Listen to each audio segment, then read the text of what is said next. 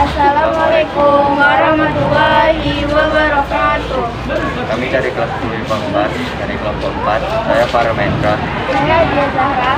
Saya Jovina Putri Panjaitan. Dan saya Divolia. Akan mempresentasikan hasil laporan diskusi kami dari Kerajaan Majapahit dan budaya lain.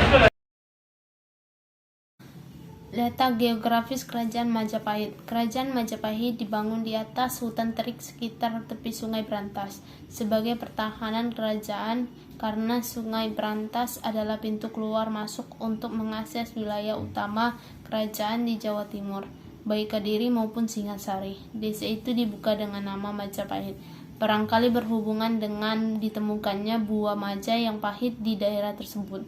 Dalam Kakawin Negara Tagama disebutkan pengaruh Kerajaan Majapahit sangat luas, meliputi hampir seluruh negara Indonesia sekarang, dari daerah di Pulau Sumatera di bagian barat sampai ke Maluku di bagian timur. Luasnya daerah yang terpengaruh Majapahit itu dikuatkan oleh penjelajah Portugis Tome Pires sampai awal abad 15. Pengaruh Majapahit masih menguasai hampir seluruh Indonesia. Sumber sejarah Kerajaan Majapahit. Sumber sejarah Kerajaan Majapahit juga bisa dilihat dari dalam dan luar negeri. Sumber sejarah Majapahit dari dalam adalah candi. Candi adalah peninggalan yang dapat dibuktikan. Lalu ada prasasti, lalu ada kitab, ada babat. Babat merupakan sebuah kisah sejarah yang dibukukan. Lalu ada kidung atau syair yang memiliki pesan makna pada liriknya. Salah satu kidung yang isinya menceritakan kerajaan Majapahit adalah Kidung Harsa Wijaya. Sumber sejarah kerajaan Majapahit dari luar negeri, yaitu berasal dari luar negeri, berita atau catatan para pedagang maupun catatan hubungan diplomasi dengan kerajaan luar. Contoh catatannya, catatan dari dinasti Ming dari Cina tahun 1268 Masehi mengungkapkan adanya hubungan diplomasi antara Kekaisaran Cina dan Kerajaan Majapahit. Lalu ada catatan dari dinasti Tang dari Cina juga tahun 1292 Masehi mengenai pengiriman tentara yang dilakukan oleh Kekaisaran Cina. Penyebab keruntuhan Kerajaan Majapahit. Setelah wafatnya Hayam Wuruk pada tahun 1389, Majapahit memasuki masa kemunduran akibat konflik perebutan tahta. Pewaris Hayam Wuruk adalah Putri Mahkota Kusumawardhani yang menikahi sepupunya sendiri, Pangeran Wikawardhana. Hayam Wuruk juga memiliki seorang putra dari selirnya bernama Wirabumi yang juga menuntut atas tahta.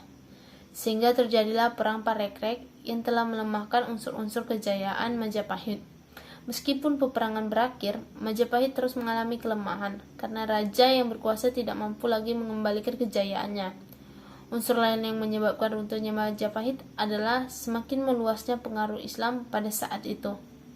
Sistem pemerintahan Majapahit yang pertama, Raden Wijaya pada tahun 1293 sampai 1309 Masehi. Raja ini merupakan raja pertama sekaligus raja yang mendirikan Majapahit. Raja Raden Wijaya mendapatkan kepercayaan untuk menarik simpati. Agar mendapatkan kepercayaan, Raden Wijaya meminta sebuah wilayah, yaitu wilayah di daerah Tang. Kedua, Jayanegara pada tahun 1309 sampai 1328 Masehi. Raja ini dikenal sebagai pemimpin yang tidak banyak dibicara atau dijuluki Kalagamet, yaitu lemah atau jahat. Bahkan sering terjadinya pemberontakan antar wilayah. Yang ketiga, Raja Gayatri atau Raja Bahre Kahuripan, yaitu pada tahun 1328 sampai 1350 Masehi. Raja ini yang mengangkat Gajah Mada sebagai Majapahit, Haringkemumbi Majapahit karena telah berhasil menyelamatkan Gayatri dari pemberontakan. Masih banyak lagi seperti Raja Tribuan Tunggadewi, Hayam Wuruk, Raja Kusumawati, Raja Surta, Raja Bahre, Raja Sawardana, Raja Purwasisa, dan Raja Kartabumi. itu adanya peninggalan-peninggalan dari kerajaan Majapahit. Yang pertama itu adanya kitab Negara Kertagama karangan Empu Prapanca. Kitab ini berisi tentang istilah Raja-Raja Majapahit, keadaan kota raja, candi makam raja, upacara serada wilayah kerajaan Majapahit, dan negara bawahan Majapahit. Yang kedua itu adanya kitab Sultan Soma karangan Empu Tatular. Kitab Sultan Soma ditulis dalam bahasa Jawa kuno dengan aksara Bali. Bagian dari kakao ini dijadikan semboyan, yaitu Bhinneka Tunggal Ika. Selanjutnya itu adanya Candi Tikus. Pertama kali ditemukan pada tahun 1914 oleh Bupati Mojokerto saat itu, A.A. Komodor Jojo. Para ahli ini memberikan candi ini sebagai peninggalan kerajaan Majapahit pada abad ke-14 di pemerintahan Hayam Wuruk. Selanjutnya itu adanya Candi Panataran. Selanjutnya itu adanya Candi Jabung, Gapura Bajang Ratu, Prasasti Kadudu, Prasasti Sukamerta, Prasasti Balawi, Prasasti Waringin, Prasasti Canggu, Prasasti Karangbogem, Prasasti Katiden, dan Prasasti Alasantan, dan lain sebagainya. Letak geografis Kerajaan Buleleng. Kerajaan Buleleng dimulai sejak pertengahan abad ke-17 Masehi. Kerajaan bercolok Hindu ini terletak di Bali bagian utara, tepatnya di Singaraja. Pendiri Kerajaan Buleleng bernama I Gusti Anglura Panji Sakti dari Wangsa Kepakisan. Kerajaan Buleleng berdiri ketika eksistensi Kerajaan Majapahit memudar. Selama berabad-abad, Majapahit yang berpusat di Jawa bagian timur dikenal sebagai kemaharajaan besar. Sebelum runtuh seiring munculnya Kesultanan Demak sebagai kerajaan Islam pertama di Jawa. Sumber sejarah Kerajaan Buleleng. Sumber sejarahnya dapat ditemukan salah satu di bawah pimpinan Gusti Anglura Panji. Kerajaan Buleleng berkembang pesat dan langsung mencapai kejayaan di masa awalnya.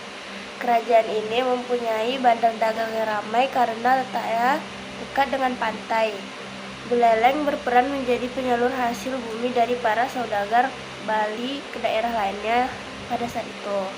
Peninggalan yang membuktikan sumber sejarah Buleleng yaitu ada Perempatan Agung, Masjid Kuno, Masjid Agung Jami, Kampung Bugis, Kantor Bupati Buleleng, dan EKS Pelabuhan Buleleng. Penyebab keruntuhan Kerajaan Buleleng. Serangan Belanda pertama pada tahun 1846 masih mampu ditangkal oleh pasukan Buleleng di bawah pemimpinan I Gusti Jelantik dengan menggerakkan pasukan untuk mengusir Belanda secara gerilya. Belanda membalas, tapi selalu gagal dan harus mundur dari Bali untuk kedua kalinya. Tak ingin kalah lagi, Belanda kemudian menerapkan taktik adu domba. Belanda menyusupkan utusan untuk menghasut dan memecah belah kekuatan rakyat Bali, termasuk Buleleng. Mereka menyebarkan isu bahwa sebagian kerajaan di Bali sudah ditaklukkan, sehingga membuat Buleleng cemas dan tak fokus karena khawatir. Bahkan tidak sedikit yang meninggalkan benteng pertahanan mereka di Jagaraga.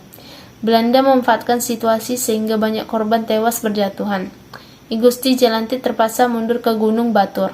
Namun, dalam perjalanan, ia terluka dikejar pasukan Belanda dan akhirnya gugur. Sehingga Buleleng jatuh ke tangan kekuasaan dan menjadi wilayah kekuasaan pemerintahan kolonial Hindia Belanda di Nusantara. Kerajaan Buleleng. Buleleng terletak pada di pesisir pantai yang menyebabkan Buleleng sering disinggahi banyak kapal. Adapun kehidupan masyarakat sebagai berikut. Yang ke-A, kehidupan politik. Dinasti Warmadewa didirikan oleh Sri Kaderik Warmadewa Sriwijaya yang gagal menaklukkan kerajaan Tarumanegara di Jawa Barat. Kegagalan tersebut menyebabkan Sri Kesari Warnadewa memilih pergi ke Bali untuk mendirikan pemerintahan pada tahun 898 sampai 1011. Kerajaan Buleleng diperintahi oleh Udayana Warmadewa. Yang ke-B, kehidupan ekonomi. Kerajaan Buleleng bertumpu pada sistem ekonomi pertanian. Dalam prasasti tersebut beberapa istilah yaitu sistem cocok tanam. Kemajuan ini ditandai dengan banyaknya saudagar yang bersadari dan melakukan perdagangan. Yang ke-C itu kehidupan agama. Kehidupan Buleleng memiliki agama Hindu, Siwa. Agama Hindu Buddha memulai pendapat peranan penting pada masa kerajaan Raja Udayana. Baiklah, selanjutnya itu adanya peninggalan-peninggalan dari Kerajaan Buleleng dan Kerajaan Majapahit. Peninggalan Kerajaan Buleleng yang pertama itu adanya Pura Peneliti Dharma. Pura Peneliti Dharma tersendiri didirikan pada tahun 9015 Masehi, yang dimana komplek pura-pura yang luasnya 1,5 hektar. Pura Peneliti Dharma tersusun dari sebongkah batu hitam yang sangat tua dan sangat kuno. Pura Peneliti Dharma adalah tempat di mana orang yang melakukan sembahyang, orang yang memohon kesabaran, di mana orang tersebut harus dalam keadaan suci, bersih, lahir dan batin. Yang kedua itu adanya Pura Tirta Empul, didirikan sejak 9607 Masehi oleh Raja Sri Chandrabahaya Warmadewa. Pura Tirta Empul sendiri memiliki arti air dan tanah, di mana air dan Tirta Empul memang menyembul keluar, dan dari itu semua nama Pura Tirta Empul sendiri ternyata diambil dari nama mata air yang berada di dalam pura. Selanjutnya itu adanya Prasasti Belanjong, selanjutnya itu ada Prasasti Panepahan, selanjutnya itu Prasasti Matat Gede, selanjutnya itu ada Makam Karangrupit, selanjutnya itu ada Masjid Safina Ratu Salam, selanjutnya itu ada Masjid Agung Jami, selanjutnya itu ada Perempatan Agung, selanjutnya itu ada Masjid Kuno dan Masjid Agung Jami, selanjutnya itu Kampung Bugis, selanjutnya itu ada Kampur Bupati Buleleng, selanjutnya itu ada eks Pelabuhan Buleleng, dan lain sebagainya.